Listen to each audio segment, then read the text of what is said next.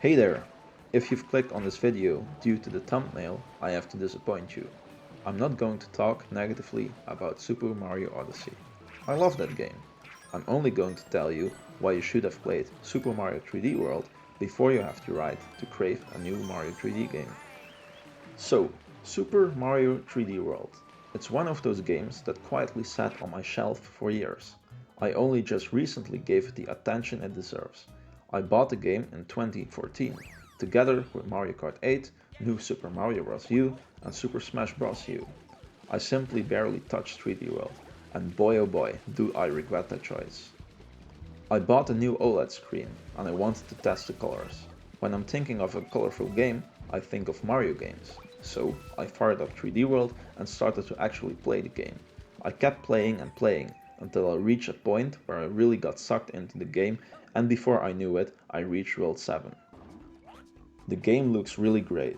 The textures are crisp and everything just feels really detailed, while still keeping the vibe of the Mario universe. The game holds up really well, even in the current year. Things get interesting when we start talking about the gameplay. Compared to Odyssey, Mario 64, and Sunshine, the game is honestly definitely more linear, but that's actually what makes this game stand out.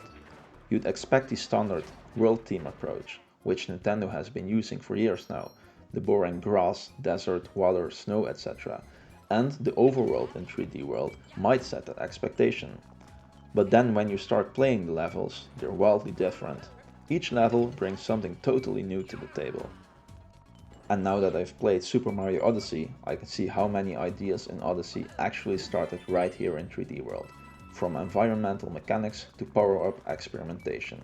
This game was clearly laying the groundwork for what came after. Let's talk about the levels themselves, because this is where the game really shows its creativity. One moment you're racing across a speedway, another moment you're surfing on Plessy. Plessy, by the way, is the dinosaur you ride, and I bet you didn't know his name. If you did, congrats. Anyways, a moment later you're playing a level through shadows projected on a wall, and honestly, it doesn't end there. I could go on and on, but you should see for yourself. To add on top of all of this awesomeness, there are these really nice mini games where you play as Toad and you're collecting green stars. It's like a puzzle game, which is really refreshing to play between the main stages. Also, the main levels have 3 green stars, which are really nicely spread out and hidden to motivate the players to explore the levels.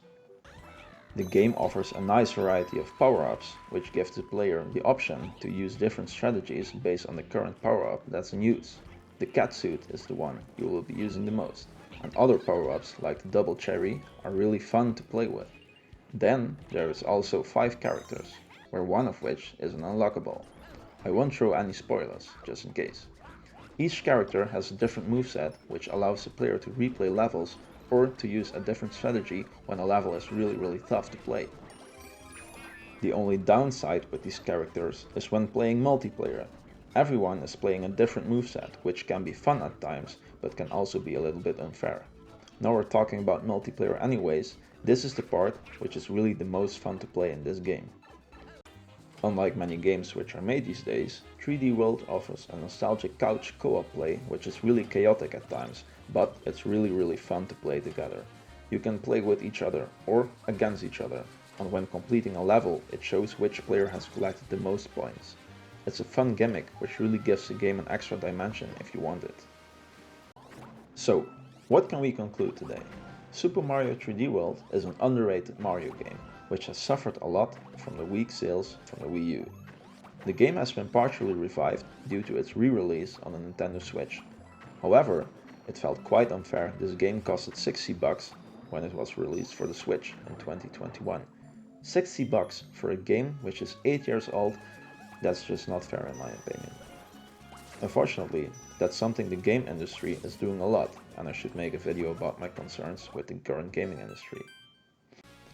I honestly advise you, especially when you really enjoyed playing Super Mario Odyssey and you can't wait to play a new 3D Mario game, to play this one first.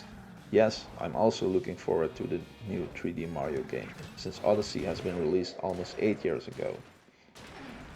I guess we just have to wait till Nintendo announces a release of a new 3D Mario game. If you've enjoyed this video, consider liking and subscribing as it helps me with the YouTube algorithm. Thanks for watching and I hope to see you in the next one.